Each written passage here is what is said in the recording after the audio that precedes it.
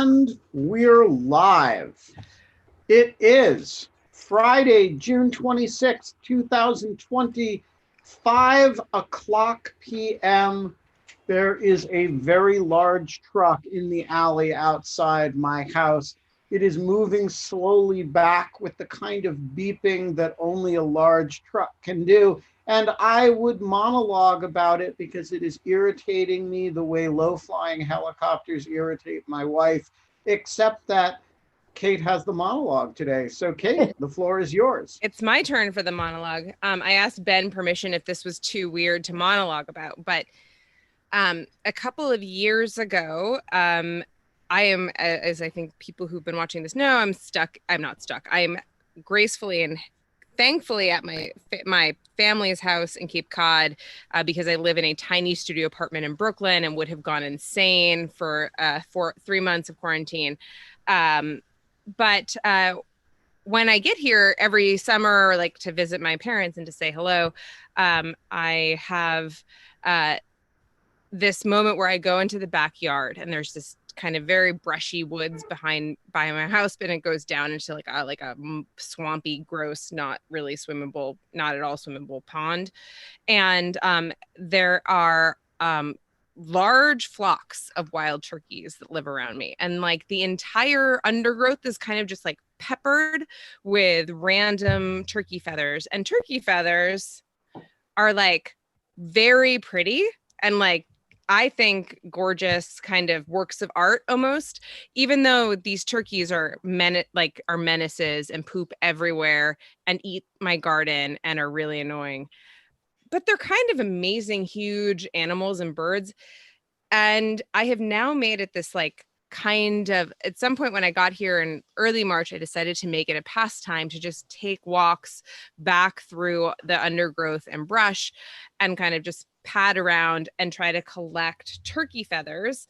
And so it's kind of what I've realized is it's kind of this Zen exercise when like sun is dappling like fallen oak leaves, everything looks like this oddly, and pine cones look like this. And so it's actually kind of amazing what tremendous camouflage it is. And it's fun because it feels like a treasure hunt of my own making.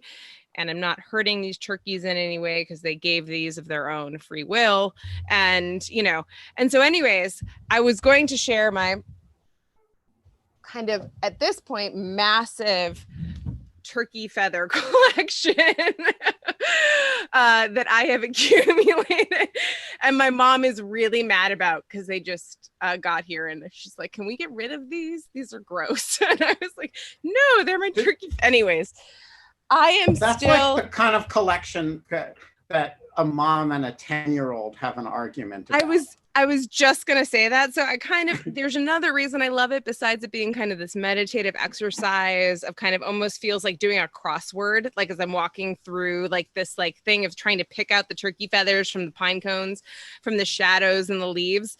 That there's just kind of this nice part of it that makes me feel like a little kid again. And it's really lovely. And it's been a really nice kind of respite from the uncontrollableness of the last couple of months, in part because returning to being a kid is a little bit like kind of just letting yourself go to the fact that you can't control everything because kids control nothing about their own lives. So this has been, I don't know, this was just kind of this habit. And I just was thinking that there's got to be turkey feathers for other people, not turkey feathers, but something like turkey feathers for other people, that there's this thing that takes you back to like being 8 or 9 or 10 that just feels really great and is kind of fun. And yeah, that was it. That's my monologue. You got to finish it the right way though, Kate. Oh, but in lieu of fun, we don't have fun anymore. So in lieu of fun, we have Dan Byman. Thank you for coming on the show, Dan Byman. Thank you very much for having me. So, Kate, first of all, if you send me one of those turkey feathers, I will encase it in resin so that you can hang it on your wall. Cool. Yeah. I will totally do that. And Dan Byman, welcome to the show. I don't really know how to introduce Dan Byman because it's kind of like we know each other so well and in so many different contexts that it's kind of like, I don't know, like introducing your cousin or something. But Dan is a senior fellow at Brookings. He's a dean-ish kind of figure at the Georgetown School of Foreign Service. He is the one of the partners in crime at Lawfare. He's our foreign policy editor and responsible for the foreign policy essay. He is a learned scholar of terrorism and affairs Middle East. He is the proud father figure of a dog named Ajax, as well as actual children, but the children are not in the frame. That is a good-looking dog. Yeah, Ajax is a fine dog, and the only has been creature happy to see me every day, so I'm appreciative. Well, you feed it, so. So Dan, welcome to the show. He's also a very good cook. Ooh. Those are just such a lovely array of compliments. Thank you very much, Ben. Thank you very much, Kate. I'm thrilled to be on it. It's so great to have you. Let's start with being a scholar of terrorism in the era of COVID-19. There was a time when your subject matter was cool. And then, like, everybody got sick and nobody cares about terrorism anymore. How does that feel? I'm a little torn, right? Because like many people, I enjoy having had my 15 minutes of fame is probably a bit too strong, but a bit more attention than I deserve. But I've argued for a while that counterterrorism should be a policy priority, but not the policy priority, that there's a lot of other stuff going on. And when you look at it in terms of the deaths in the United States or Europe, it's relatively small, and it's really the political impact that's overstated. And I've even made comparisons to things like a big, nasty disease and said, wouldn't that be a lot worse? So I think it's appropriate to actually have the attention. So you've been vindicated. In a way that confirms my irrelevance, yes. So probably the only way I've been vindicated. But even beyond that, I'm a big believer that people should shut up when it's not their moment, right? And so, as you both know, it's always very tempting to take your area of expertise and apply it to the crisis du jour, right? And so terrorism in a time of COVID-19, right? And I really want to hear right now from experts in infectious disease, experts in public health, people who know what they're talking about. And I'm happy to kind of put my head down and be doing a lot of research that I probably should have been focusing on when there was more attention to my issues. And, I'll resurface when the time comes in terms when of something blows up. When something It blows reminds up. me a little bit of that. There was like a tweet going around that was like, COVID, I can't believe COVID blew a seven touchdown lead to racism right around the time that Black Lives Matters happens. And I kind of feel like there was a similar moment for the anti-terrorism kind of movement. And before that, I mean, what were we doing before 9/11? I don't know, caring about policing, I don't know. There's just like, I feel like there was the war on drugs, maybe. So It's weird to kind of go back to some of the debates in the pre 9/11 era and think about what people were focusing on. And I remember kind of being asked by the military, I was at the RAND Corporation at the time, a study we were doing to think about questions related to basing in Central Asia at the time, US military basing. I remember saying, why on earth would the United States ever want bases in Central Asia? Like, what's the realistic contingency out there that we're planning for? And of course, 6 months later, the US is basing operations out of Central Asia, right? And so it is amazing to kind of go back and ask that question and be honest with yourself about where you were right and where you were wrong. So what are the things when you look back that you were really right about? And what are the things when you look back that you were really wrong about? Well, let's go back to 9/11. I because it was my job, was one of the Americans who was aware of Al-Qaeda, who was following US counterterrorism. And I in no way anticipated an event of the scale of 9/11. Right? I thought of Al-Qaeda at the time as kind of the Lebanese Hezbollah, perhaps on steroids, where they were nasty, they were going to kill people. If you were in a US embassy, you should be super careful. There were other targets they were going after, but I wasn't anticipating, an off the charts attack. So that's a big place to be wrong. Something I feel better about, though, is having learned from mistakes. So let's fast forward to another mistake I made, which was when we had the Iraq War going on, and you started to see foreigners show up in Iraq to fight. And the conventional wisdom at the time was, this is Afghanistan on steroids. We're going to see all these people coming home, blowing stuff up. We're going to see lots of veterans doing lots of attacks. And I was like, yeah, that makes sense to me. And we didn't see it. We just had almost zero terrorist attacks in the West linked to the 2003 US invasion in terms of returnees, right? That very, very big concern didn't happen. So when Syria broke out, I began to ask the question, why did Afghanistan produce so many returnees, and why did Iraq produce so few problems? And I think I was actually largely right about Syria, that it's going to produce some dangers in terms of returnees, but it's not going to be off the charts. And that a big thing is that counterterrorism has gotten a lot better.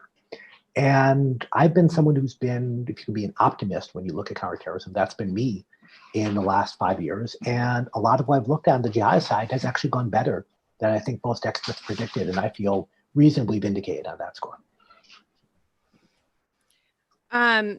So I have a question, which is, I have a memory of 9/11. That's probably, I'm obviously was younger than both of you, but I have a memory of 9/11 in which the news stations and all of the newspapers started talking about Al-Qaeda as if everyone knew what that was.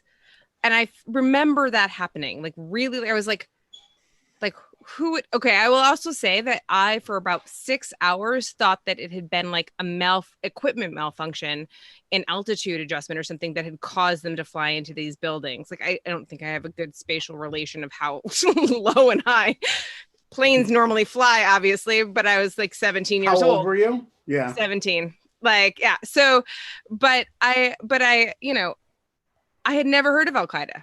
And that was the point that I learned about it in the entire world. And I also remember everyone saying the world will never be the same. This is never going to go back. And I remember that being kind of a chilling thought. It was true. It was never the same. We can talk about that in a bunch of different ways. In some ways it went back, but like there's a lot of ways in which it never did. But I'm curious, like, how serious of a threat was Al-Qaeda by people's estimation? If you can, like, was it, I know that basically, like, of any terrorist agencies, how many were there and how many were people watching? And was Al-Qaeda like at the top, or was it in the middle? Like, where were people thinking about this at the time? So there are a lot of different answers to this. So you had some people, the Al-Qaeda unit at the CIA, for example, that were very focused, and at the time people thought they were hysterical, right? But very painfully were vindicated by their assessment. You had some leaders, I'll single out George Tenet, who were taking it very seriously and very aggressively trying to push this. But if you think about it from a whole of government approach, there were just lots of agencies that weren't engaged. So, to take a big one, the military, right, really just didn't see this as an issue they needed to focus on in any serious way. The FBI, for the most part, was focused on individual cases, but not on seeing this as a dramatic threat to the homeland that needed to be very, very aggressive about. And with the exception of John O'Neill. That's right. And within every place, there were individuals. So John O'Neill, at CIA, you see some people, Richard Clarke at the National Security Council, who were very much pushing this, but they're often at war with their own institutions. And with each other. And with each other. And you could tell this story in terms of personalities in some ways, where you had these, very, very kind of towering personalities that often fought with each other and didn't play nice in the sandbox. So they may have gotten something done, but they created lots of enemies. So you can look back at the record and see individuals and even see small institutions. But if you look at the big questions in terms of resourcing, in terms of authorities, let's throw Congress on this list in terms of congressional hearings and attention, you really don't see it. But to be fair to the folks in government, there weren't huge numbers of people on the outside saying, oh my God, this is a problem that you're not paying attention to, what's wrong with you.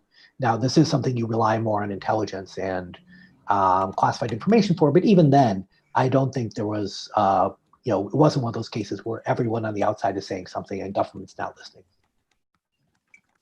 So yeah, I would just add, just to emphasize how right that point is, the CIA had this unit under a guy named Michael Scheuer, who I believe since then has sometimes done some teaching for you, Dan. Is that right? So for several years, he taught at Georgetown University, taught a class on Al Qaeda, in fact. And Scheuer was, the unit was named after Scheuer's son. It was called Alex Station. And they were obsessed. They were passionate about it. They were maybe driven a little crazy by it. Everything they worried about was real. And at the FBI, you had John O'Neill, who was just as obsessed, just as passionate. And Michael Scheuer and John O'Neill hated each other so much that when John O'Neill was killed on 9/11, because after leaving the FBI, he became the head of security at, of all places, Pentagon? the World Trade Center. Oh, Jesus. No, he was the head of security for the World Trade Center, and he died a hero's death charging back into one of the buildings to try to help people as it collapsed. Michael Scheuer famously said that the only good thing that happened on 9/11 was that one of the buildings fell down on John O'Neill. That is how passionate the internecine, and I'm remembering that correctly, right, Dan? That unfortunately is a correct memory. Wow. That's how much the internecine bureaucratic battles and Richard Clarke, who really has an incredible story to tell about his work at NSC in that period, trying to get agencies to take this seriously. He is not a friendly guy who gets along well with others. And so, how much of it was that these people individually were just not able to turn their ships, and how much of it is that they were kind of not the ideal personalities to have the very important insight that they did? I don't really know, but it's fair to say, as Dan says, that there were people in every agency who got it, and with the exception of CIA, where the leadership, George Tenet, really got it. Most agencies did not understand the magnitude of the problem until later. I'm sympathetic. I'm sorry, go ahead, Kate. No, Dan, go ahead. I was just going to say, from a resourcing point of view, if I have my memory is a bit fuzzy, but if I recall in 1999, I think 0 Americans died from international terrorism. Right. So I'm imagining, in 2000, making a budget case and saying, oh my God, this is a huge problem. You got to give us tons of money. Because last year, no one died, but it could be catastrophic in the future. And I think it's very hard for government to do something proactively, right? And that's across the board, right? We can talk about it on issues ranging from, climate change to disease to very specific things like terrorism. And you almost have to see the catastrophe to get the political will to justify responding. And I don't see a big way around this, because to expect government to be clairvoyant and to recognize the correct trends is unrealistic. Well, it strikes me as, go ahead, Ben. Go ahead, Kate. Oh, I was just going to say that, it strikes me as two different problems. One is that, anyone who seems completely obsessed with someone, in my mind, obsessed with anything, in my mind, there's like, I kind of approach it like I'm like a little bit credulous, right? I'm like, or incredulous. I'm just like, let me know what you're doing. So that seems to be one problem. But the other problem seems to be what you're talking about, Dan, and you're talking about, Ben, is like this problem with resource management and like that. And what I was kind of saying before, which is kind of, I made a joke. Well, I was trying to think, but I think that like a lot of energy in the FBI was focused on drug dealing and drug enforcement pre 9/11, and then 9/11 happened. It became all counterterrorism, and there's this great line in The Wire where where the guy's like, "My job, I have no job anymore, like because of like 9/11. Here, have all of this free equipment because I can't even use these wiretaps because like no one's making calls in the counterterrorism, unit." And so I think that that seems like a poor incentive, like that seems like a poor incentive system. Like if like everything is about like the hot topic and that's the only way you get money, that both seems like an incentive structure that would make everyone think that they were like I don't know the guy's name that you just said, but the guy who was like in head of the Al Qaeda unit at the CIA, make anyone think that was like to push and be emphatic and to be zealots about whatever it is that they were working on in order to get more resources. And right? And that, I mean, the job of the head of the Bin Laden unit is to get more resources to focus on Bin Laden, right? If there was a unit in the State Department on Guinea-Bissau, you would expect it to say we need more resources for Guinea-Bissau, right? And that's what we expect. And we do. And we exactly. My critique would be that this is a job for Congress, right? And if you in what sense? Well, here I will say the difference in age between us, Kate, is going to show because part of Congress's purpose, in my view, was some degree of ensuring institutionalization in bureaucracies. That they were much more like you have presidents come and go, but you are likely to see, senators endure for decades, right? And they can focus on issues in some depth. They can have their pet issues and push them and agendas. And over time, we've seen the opposite, which is Congress has become much more partisan and much more subject to the kind of squirrel chasing that you expect of politicians who serve shorter periods and thus focus on the crisis of the day rather than longer term things. Yeah. We have a question from Lisa, who is important to emphasize, not a puppet. Oh, good.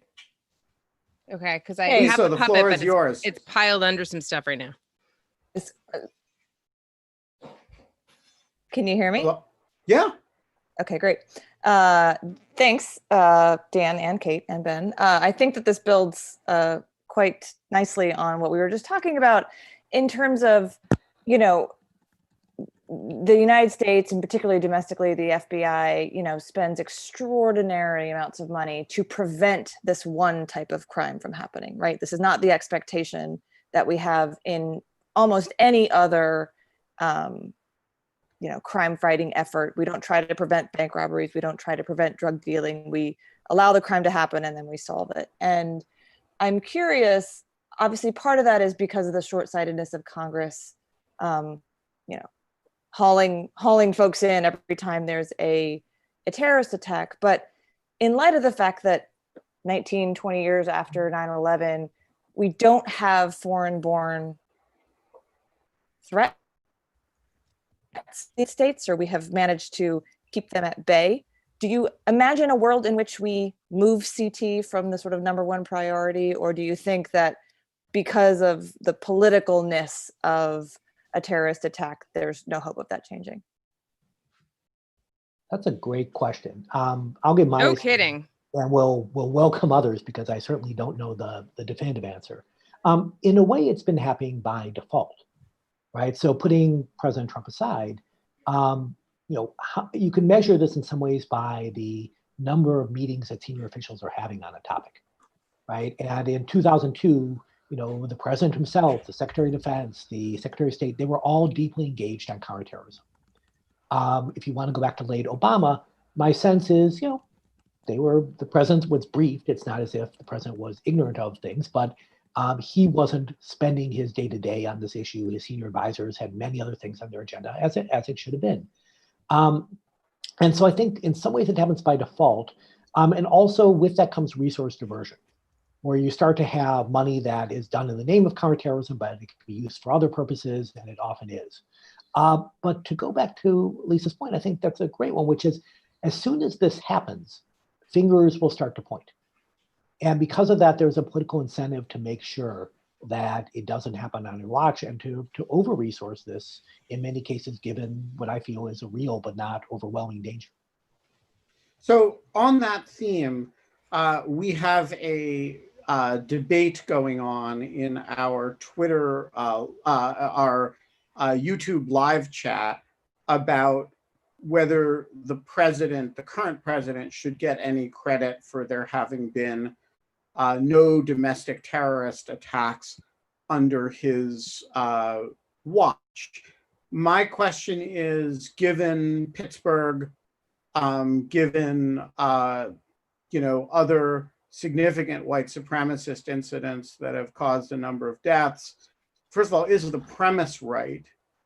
And how should we assess, and to the extent that the premise has any merit, to what extent does the president get credit for that? I mean, he has been quite aggressive with respect to ISIS. How do you assess President Trump as an anti-terrorism president? So when you look at groups that are based abroad that are threats to the United States, so ISIS, President Trump has been a bit more aggressive than President Obama in some ways, but the changes are very, very minor. And we saw progress under President Obama. It continues under President Trump. The group has been hit very hard. This is a big success. Its ability to do international terrorism, while not gone, has diminished. And going back to the FBI has been very aggressive in disrupting suspects in the United States, including people without significant links. And a lot of it has been, many of these people have been remarkably incompetent. There are huge numbers of people who tweet about how badass they are and how they plan to join ISIS, and then they get picked up because they tweeted about it. So I think in some ways we overstated the threat, but that was real. But I think the bigger point is we do see a significant problem in terrorism, especially from the white supremacist side. And now we have seen jihadist attacks. There was one recently in Florida linked to Al-Qaeda in the Arabian Peninsula. But the bigger thing during President Trump's time has been these white supremacist violence. And some of that, there's a huge question about how a very roiling mainstream debate on the subject, whether the president is stirring the pot to make things worse. And it's very hard to draw kind of direct causal arrows the way the social scientist in me wants to do, to say rhetoric here leads to violence here. But what hasn't been done is nearly as aggressive as a counterterrorism campaign against these groups as could be done. And what we've seen recently, we've seen Homeland Security, we've seen the State Department actually be more aggressive. They are taking steps we haven't seen before. But from what I can tell, that's the bureaucracies pushing to take action rather than presidential leadership on the subject. So, sorry, Yeah. Go ahead, Kate. No, go you. Gonna bring in John Bordeaux for the next question. John, always good for a great question. The floor is yours, sir. Thank you. Dan, good to see you. I think our paths crossed in Rand hallways back in the 90s, actually. Maybe different hallways, but the same building. I guess my question is, given what we're seeing with the international connection to far-right and white supremacist terror movements, such as New Zealand and possibly some others, is this domestic versus international distinction still useful?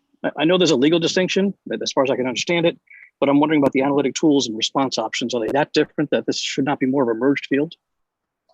Yeah, that's a really interesting question. And let's treat it as a purely non-legal question for analytic purposes, because there are legal reasons why we need to use that distinction.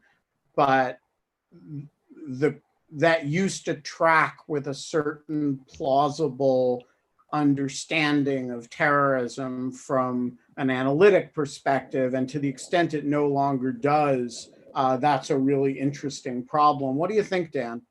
So if you go back to the 80s, in the 70s, right, you had Palestinian groups, you had state sponsors like Iran and Libya, and then you had, in the United States, the Weather Underground, a range of leftist groups or the KKK. You had a real distinction, and even though you had, the fantastic historian Kathleen Below on, and she talks about, white supremacists going from the United States to fight in Rhodesia in her book, right? And she's, making clear this wasn't domestic only then. But even so, you could still largely put people in buckets, and those buckets are reasonable to maintain of this foreign versus domestic. 9/11 was a clear indication that that doesn't work so well anymore, that you have events abroad that are affecting things at home. In the post 9/11 era, you have individuals who are radicalized by groups and individuals overseas and ideas coming from overseas. And we're also seeing the United States in some ways as kind of the Saudi Arabia of white supremacy, where a lot of ideas are coming from America that are shaping the world. And so, for a while, if you were in Germany and you wanted Nazi imagery, you got it from America because it was banned in Germany itself. And I'm overstating the case to make a point, but the US embrace of free speech allowed a lot of ideas and images to flourish here. But what we are seeing is, I'll say, a more globalized mindset, especially on the idea of a white identity, and put whites in capital letters here, where there is a sense of whites in New Zealand, whites in Russia, whites in the UK, and whites in the United States are all under siege.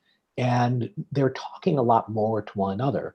And part of that is just enabled by the internet, right? I think we're all doing it. We're all following debates and individuals around the world much more than we were in the past. And the white supremacists are doing that as well. So to go to John's point, that distinction, I think there's still something to it. And as Ben pointed out, certainly legally, but I think analytically it's weaker and weaker. I just want to ask a question to clarify. What did you mean? You said that something was the Saudi Arabia of, do you remember what it was? The Saudi Arabia of Nazi KSA propaganda? of white supremacy. Yeah. Okay. Can you actually a little bit explain that? Because I just didn't know what that analogy exactly meant. Yeah, and I was being glib in the first place. So let me try to explain. I don't think you're being glib. I think that's I think that's a great freaking dead on. We're exporting it, right? So is that what you meant? Oh, okay, interesting. Okay, because I didn't understand what the relationship was. What you were trying to say was what it was. Walk us through it. I think it is an analytically precise, with the exception that it is not our formal policy to export this and create institutions elsewhere in the world to promulgate white supremacy, as it is with Saudi Arabia and a certain vision of Islam. That's an important distinction, but culturally, it seems to me to be the role we're playing. How do you walk us through it? So with Saudi Arabia, one of the things we wrestled with after 9/11 was, what's the Saudi responsibility for the attacks, right? You had 15 of the individuals were Saudi. But the bigger thing was the Saudis were funding lots of causes around the world linked to these jihadist groups. So Chechnya in particular was exceptionally popular, but the Taliban, Kashmir, all these things, you had a lot of very radical preachers around the world that were Saudi funded. Now, Saudi Arabia is very complex because it's very hard to sort out where the government begins and ends, right? You might have a senior prince that's acting on his own, but he's also getting money from the state, and is that state action? And so you had state support for spreading their version of Islam. You had state toleration of lots of monetary support going to radical causes.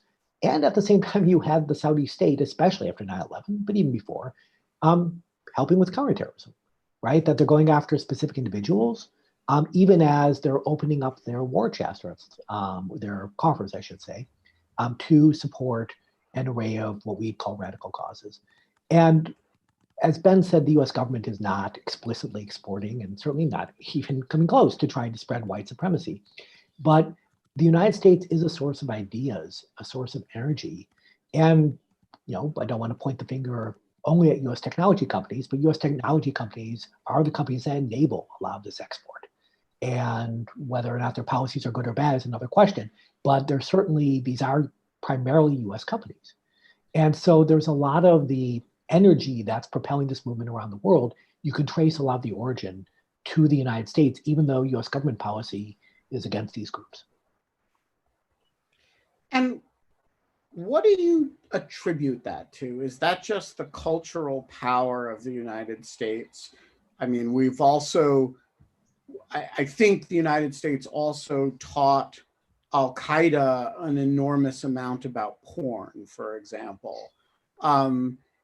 Is this a similar thing to that, or is it, or is there a different explanation for it? And just so that people don't think I'm being glib on the porn front, the porn consumption of the Al-Qaeda core does seem to be extraordinary and kind of almost all but openly acknowledged. The one thing I would stress on the porn issue, because we're just going to stay on this for a minute, is for a while the US government assumed that they were sending encrypted messages through it. Because, interesting. Well, that's actually fascinating. We studied their porn really carefully. Well, apparently we did, right? Yeah, because for completely noble reasons, I'm sure. there were 6 months or a year or some period where we thought everything they were doing was somehow hiding an attack. Right? It was kind of no matter what they did, you know what I mean? It would actually be a brilliant move, to be perfectly frank. Not to reference The Wire again, but it reminds me when they're doing the wiretap and after 10 seconds, they don't turn it off as non-pertinent after they start having like phone sex. And then there's like a minute and a half of phone sex. And then they finally say something super pertinent. And like, you're like, have fun explaining that to a judge while we were listening for this entire 130 minutes of like phone sex. And so like, yeah, it's the same thing. Yes. I would say part of it, again, I defer to both your expertise on this, is culture. But more broadly, I think it's the extremely permissive US free speech standards by global comparison, where you can just say and organize here much more freely than you can really in other Western democracies. So if you think about countries that might be prone to this, we just have more permissive laws that enables individuals to be more aggressive in terms of assembly, in terms of creating institutions for this. And we do see, as we do see government encouragement of this in some places. In Russia in particular is kind of playing with this very dangerous fire, in my view. But I do think it's really just the free speech and the technology familiarity of many Americans are often first adapters on a lot of these platforms. Yeah. All right, let's, so if you have a question for Dan, this is a great time to get in. So Dan, I want to ask you about your current work. When you go into coronavirus hibernation and you say you're doing kind of longer term research and it's a good time to read a lot of stuff, what's your current projects focused on? So like many people, I've been looking at, I'll say, a couple of overlapping issues, right? So one is I've been focused on white supremacist violence for the last couple of years. I'm trying to get smarter on that. And part of that is knowing what's going on today, but a lot of it is really, I'll say, learning the US history I never quite learned. So what do you mean by that? Like what kind of US history that you never, like the side of kind of like disadvantaged like kind of people, or like kind of cast aside people, or like what exactly?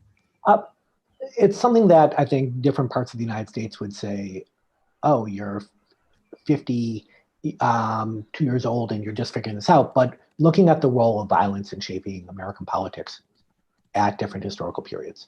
And so I've been doing a very serious deep dive into the Reconstruction era, where thousands, tens of thousands of people are slaughtered by what one historian called the terrorist arm of the Democratic Party.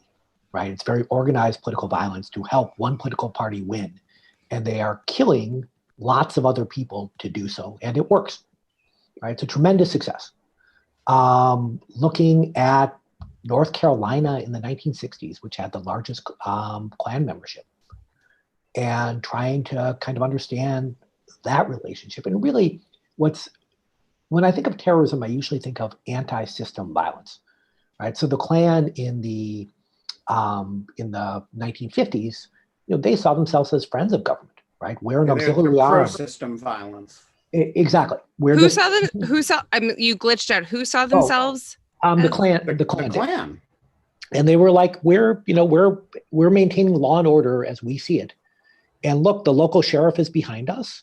And, we're anti-communist, and so is the FBI, and we're all working together, right? And that's unfortunately, I think that kind of placing them in the system is quite appropriate. And then you start to see the shift as the government turns against them during the civil rights era, and they become more of what I would call a traditional terrorist group, where they're anti-system and using violence in very different ways. So trying to kind of learn that background, but also trying to get smart on a very different issue, which we've discussed a bit in this, which is the social media technology company side of things, and trying to understand their policies, their politics. I'm never going to be a technical specialist, but at least be literate in some of those issues, so I can understand when people say we can do this, but we actually can't do this, and to understand their reasoning and be able to nod at least when they talk about that. So those are things I'm trying to get smarter on. But I want to probe the question of pro-system terrorism. Isn't pro-system terrorism actually very conventional? So if you look at like Latin America, where, you had these right-wing regimes, and then they had their death squads associated with them, whether it's Argentina or Brazil or El Salvador, right? The idea that there were kind of terrorist networks that were Guatemala, that were and still are functioning on behalf of the forces in power. We tend not to call them terrorists. We tend to call them things like death squads or paramilitary. But like, look at Northern Ireland, right? Where there are parallel paramilitaries on the Catholic and Protestant side, and we generally call the IRA terrorists, and we call the unionist violence people kind of sort of paramilitaries because they're fighting for the system. But isn't it like pretty, or armed Israeli settlers, right? Isn't this the effect that you're describing with the Klan? Isn't that a form of terrorism that is like old and distinguished? I don't mean that in a positive way, but just like has a really kind of known pedigree.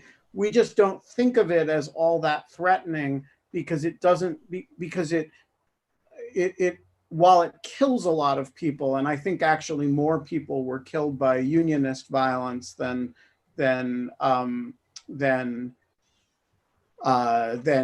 Republican violence during the Troubles, though I may be wrong about that.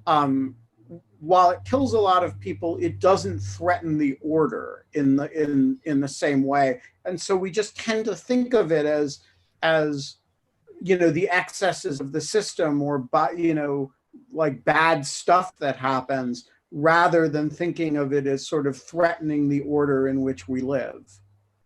So let me make two general observations on this. So one is, in a narrow academic sense, we often talk about terrorism as having to be non-state, right? And so there's a question when you talk about a paramilitary, is it really an arm of the state? And it's better to think, I would consider the state to be a spectrum, right? On one end, you have uniformed military forces responding to elected officials. And on the other end, people who are anti-state. But the paramilitaries probably fall closer to the state end. But what's interesting, to take the Northern Ireland example, is over time they don't. They go from being auxiliaries of the state to the government actually starting to turn on them. And that's what happens in the case of the Klan, where they go from being auxiliaries of the state to the government turning on them. So they're in that kind of middle space, which is, I think, part of why we distinguish. But another big thing to me is more, in a way, is very troubling, right? Which is how we think about ourselves as a people and as citizens, right? So if you look at Al-Qaeda, right? Al-Qaeda was attacking us, right? It was attacking Americans, and we saw it as us. Often when people talk about white supremacist violence, they kind of see it as a them, right? Because they're looking and they're saying the white supremacists are attacking particular minority communities. And if I'm not a member of that community, I'm actually reasonably safe, right? They're not going to strike at me.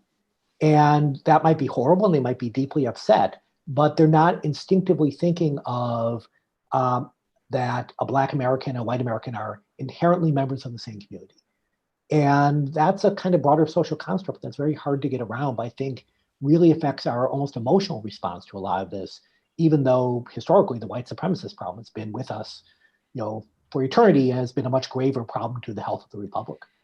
Yeah, Dan, I really want to double down. I think that is a great commentary. I think that what's really fascinating to me, and I have studied this, like the evolution on social media of a lot of this stuff, and Kathleen, I'm so glad that you like Kathleen, and that Kathleen Belew, like, she was awesome. That was a great show, and her book is amazing. Especially, she really was out there on white supremacy and like calling it out as like an internal issue that was going to be bubbling over way before I think most people were taking it seriously. And I'm glad she's getting credit for that now. But there is kind of this one thing that I think is very interesting about all of this, which is that when the social media platforms have had like basically like when in 2008, when like Facebook's like really started to get serious about content moderation 4 years into it being a thing. And at that point, it was still not even international. It was just within the United States. And they had gone from being colleges and high schools to being general population. And they decided, they had a 1-page sheet that they did content moderation on that was like, if it feels bad, take it down. And if it is Nazi propaganda or Hitler propaganda or white supremacy propaganda, take it down. And that was it. Those were like the only standards. And I think that that's like a very telling, interesting kind of way to go forward with like the history of the internet, that those were the things that people were the most upset. Oh, and there was also nudity, like pornography, take it down, which was hard to define, harder than terrorism.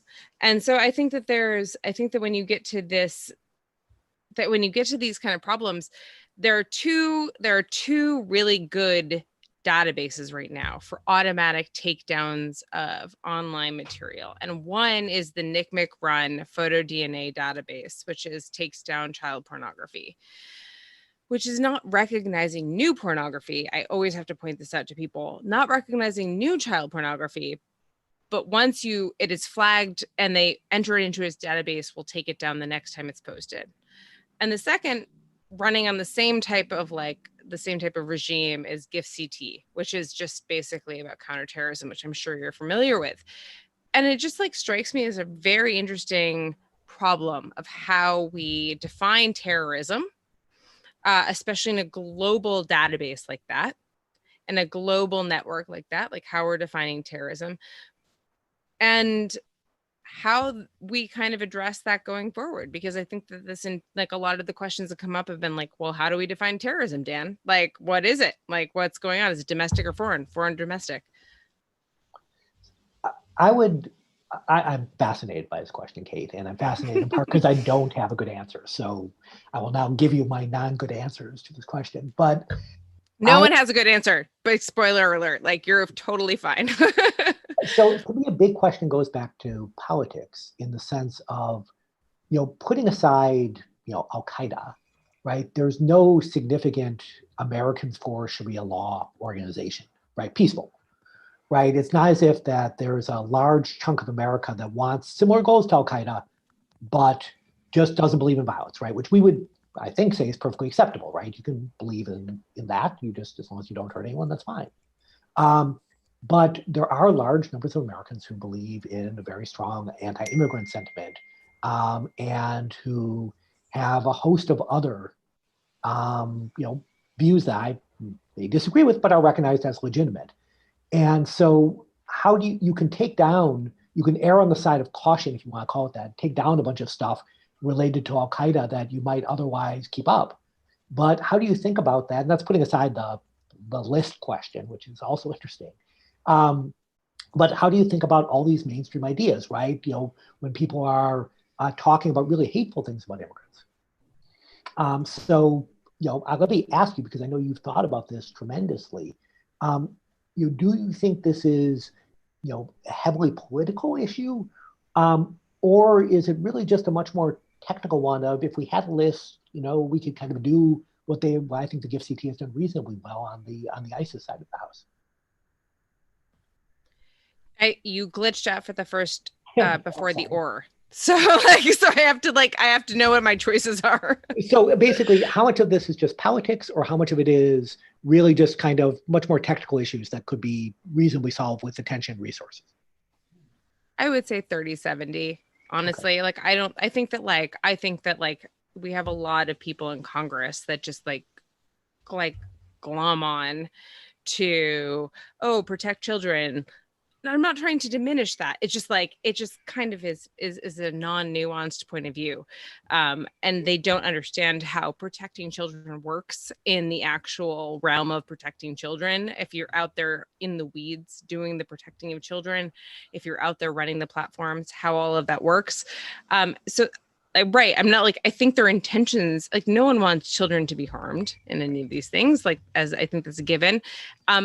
But it is a platinum political stance to take. It doesn't corrode. It's pretty good no matter when you put it out there. And so if you can glom onto that and have reasons for that, then there's a lot behind that. But I think that generally speaking, there are some really good people in Congress right now that are really trying to work on this in a progressive way. And I would say that Schatz is one of those. I haven't met Thune. I haven't talked to him, but Schatz and Thune have introduced this bill. It is really problematic, but it is also a good faith effort. And I think that it's a good faith effort by the fact that they put out a draft and it got slammed.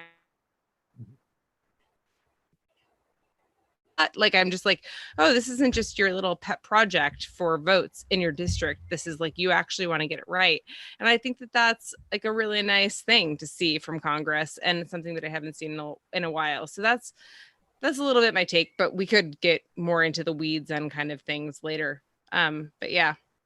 So we're going to give Elijah has an interesting question, which not certain I buy the premise of. He cannot appear on the show because he's at work. So I will read it. Why is terrorism rare in the modern United States? It seems like people risk their lives for all sorts of dumb things, but only extremely rarely do they turn to terrorism. I've always wondered why this is and have never felt I have a good answer. So I am old enough to remember when everybody and his mother was hijacking airplanes and flying them to Cuba. And also when I'm not old enough to remember the active period of the Weather Underground, although I do remember the Brinks armored car robbery that was kind of the Weather Underground's last finale. But the flight to Lebanon that got hijacked? Was that or no, it's Cuba or Lebanon? There were a whole bunch of hijackings. There was a wave of hijackings after the Mariel boat lift where people. I think in 1972, I want to say there were 54. Yeah, 54? I mean, it was, right. Yeah, no, it was amazing, hijacking planes. It was the it thing, right? There was one couple that did it because they just wanted to have sex after hijacking a plane. Well, because the way it worked at the time was... Well, who could blame them? Exactly. You didn't have SWAT teams come in and kill everyone. The planes were usually ransomed. So, I mean, it's really funny when you go back and read the congressional hearings from all this stuff, because, they were the airlines were you want us to put metal detectors in place? you realize how much flying would suck if everyone had to go through one? They had a point. It really does. Yeah, and it does suck. It really does suck. But you know, the if you look at the Weather Underground and that period of terrorism in the United States, the number of deaths relative to the number of bombings is shockingly low. And the reason is that the Weather Underground actually called bombings exploding press releases, right? They were not trying to kill people. They were trying to get attention and make people notice. And so they would put a bomb in a mailbox, right? That kind of thing. And so I guess my first question is the premise of Elijah's question wrong? And to the extent the United States has mostly avoided spectacular mass death terrorism a la Paris and Brussels of late, a la 9/11, you know, the sort of stuff that's happening routinely in Europe. What do you attribute that to? So I would say a couple things. Part of the success to me has been a very effective counterterrorism campaign abroad, combined with more aggressive efforts at home, that has made it harder for the groups themselves to operate, and especially do complex operations. If you look at 9/11 itself, it involved operations on multiple continents, right? And that would be so much harder today. The leaders would be running away from drones. The individual cells would be under pressure from security services.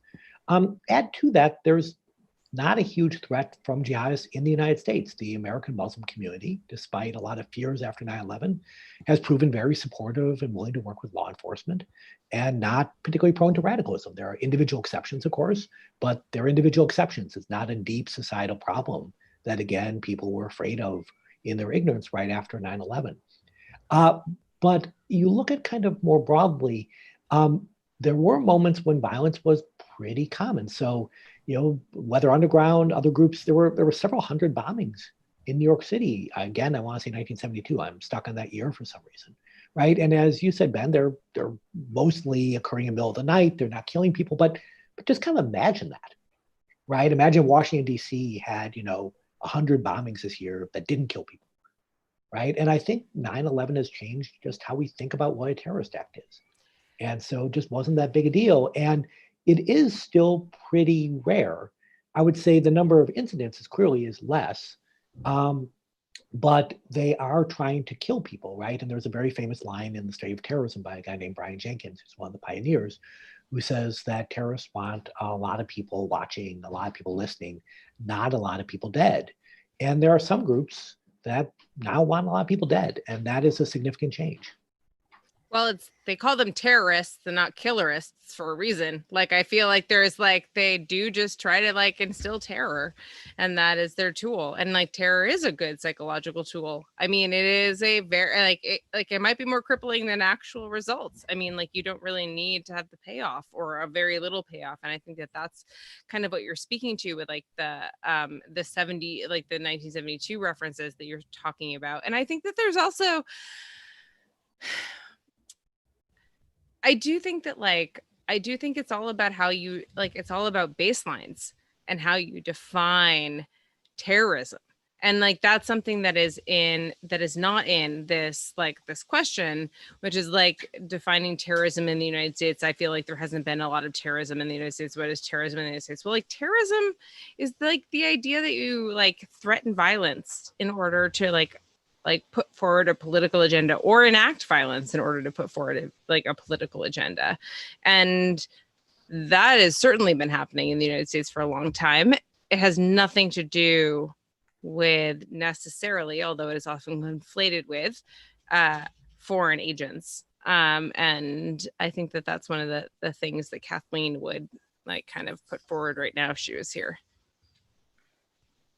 So Dan, I want to close by asking you, if you were the Oscar Award Committee and you had to give out the Oscar for all-time best terrorist organization, Who gets it?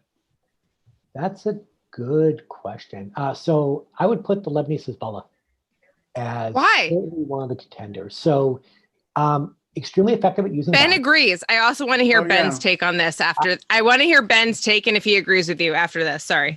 So very good at using violence, but also recognizing the importance of politics. So it's part of the Lebanese government. It's been able to shape Lebanese society. It has militarily taken on the Israeli military and defeated it, right? The only true defeat Israel has suffered through Arab arms was when it was forced out of Lebanon by Hezbollah. So pound for pound, they're very effective, but they're also politically smart, right? The problem, well, a lot of problems, but a problem for a group like ISIS or Al Qaeda is they were trying to do everything and were refused to compromise, so they made enemies of everyone, right? ISIS is fighting everyone, and for a month it seemed to be working okay, and then they just got the crap beaten out of them, right? And that's what happens when you take on everyone. When you take on all the major powers, there was no need for ISIS to be attacking the United States or to be focused on attacks on Russia or other groups. And Hezbollah has been very careful about who it will attack, right? It attacked US forces in Lebanon, US forces in Iraq, but it hasn't done, significant attacks in the United States, right? I mean, it recognizes where lines are. So I would certainly put that on the list. There are other groups we could look at historically that have succeeded. We could talk about the Irgun in Mandatory Palestine. There are other groups that have done quite well, but right now I tend to look at Hezbollah as a case of a very successful group. Yeah, I agree with that for many of the same reasons that Dan just articulated, although I would add one, which is that a lot of terrorist groups are one-trick ponies. They are really good at one thing. Hamas does suicide bombings. They don't really, they can launch rockets, right? But they are the IRA did bombings and gunfights. The remarkable thing about Hezbollah is how multi-skilled it is. It can project power very far overseas, as when it bombed the Jewish Community Center in Buenos Aires. That was a dramatic, kind of Al-Qaeda-like terrorist operation. It also holds the Israeli army at bay. Military, it's the only military that the IDF confronts on a regular basis, that the IDF has deep respect for as a fighting force. And when Israeli army officers talk about Hezbollah, they talk about it not as a peer fighting force, because it's completely asymmetric, but they talk about it with real respect as a fighting force.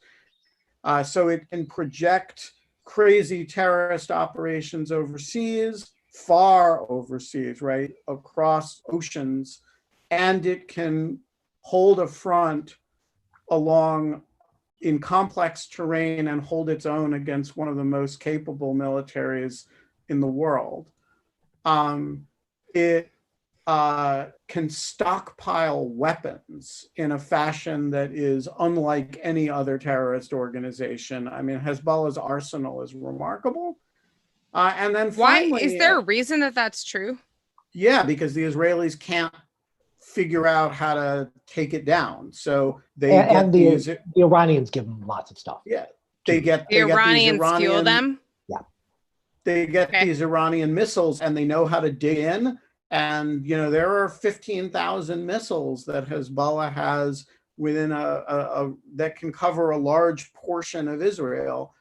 And then the final point, which is the one that Dan started with, is that they don't just do violence. They are a remarkably integrated feature of Lebanese politics. They're part street gang, part political party, part genuine representational force within the Lebanese political context.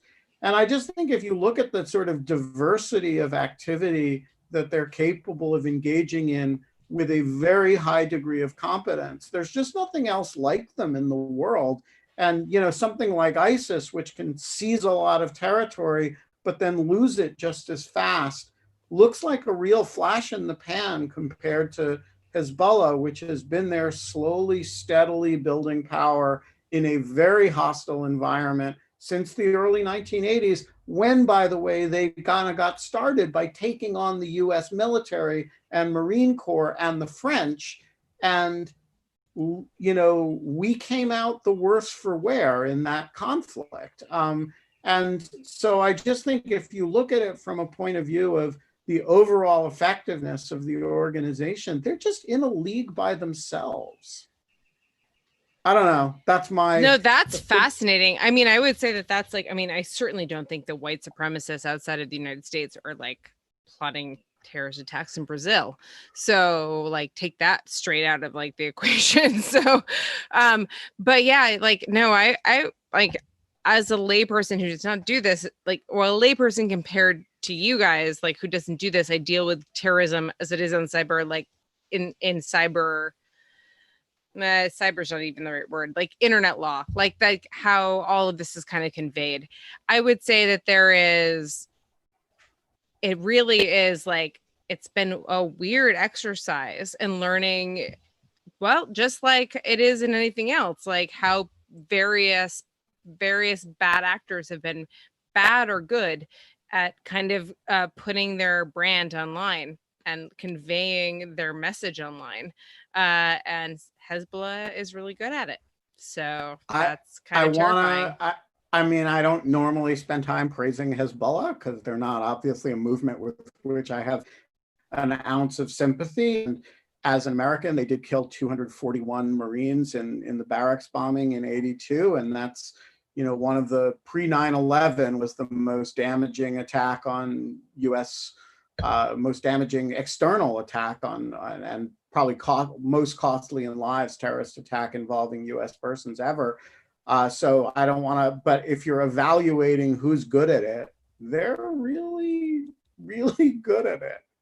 I almost feel like I almost feel like it's bad descriptively to recognize the fact that they're good at it, because I hope that people don't copy their model. But like, right? Their model is super hard to replicate because they're dug in territory. They're externally supported by a foreign entity. Yeah. And they took a lot of time to do it. It's not like a cardboard cutout where you like pop it out and then make it happen. It was like a long thing. Dan, sorry. Ben, do you want to like bring Dan in? I have one really important question for you, Dan, to end with. When is your wife, Vicky Wakino, who is like the world's expert on the providing of healthcare to poor people, and when is she coming on in lieu of fun? You know, she needs to come on soon. She is someone who is, I'll say, has many strengths, but being the one who is aggressively promoting her own brand is something that she needs to do more of. And I can't imagine a better place to do that than on Lieu. We're very nice. We're very nice.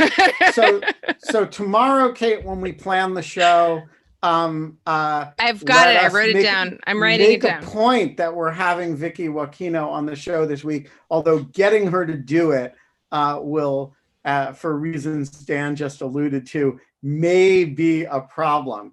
Dan Byman, thank you very much for joining us. And I will see you and Vicky tomorrow evening. I'm looking forward to that. Ben, Kate, thank you so much for having me on the show.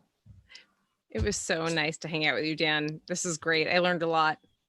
And tomorrow at 5, it will be just Kate and me because, you know, it's Saturday, and on Saturday, it's just Kate and me. So that's the kind of ask us anything time for you to show up, and we'll plan the show, and you can ask us shit and comment on stuff, and we'll muddle our way through.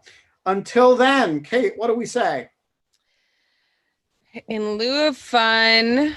Oh, we don't have fun. God damn it. I started off wrong. Okay. We don't have fun anymore. In lieu of fun, come hang out with us. And turkey feathers. There you go. What? Sorry. No, I'm I'm pro turkey feathers. See you Okay. later, guys. Bye.